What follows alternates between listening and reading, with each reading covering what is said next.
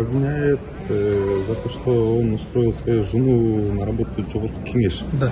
А вы говорите другое, это 20 лет назад. Это... Да, 20 лет назад, это в 2005 году, потом еще в 2010 году и в 2021 или 2022 году. Но Айджигитов говорит, что это уговорило его устроить на работу Динара Ашимова, лидер фракции. Она уговорила взять на работу к Айджигитову своего сына помощником, а взамен Ашимова, со слов Айджигитова, сказала, что возьмет жену Айджигитова к себе помощником.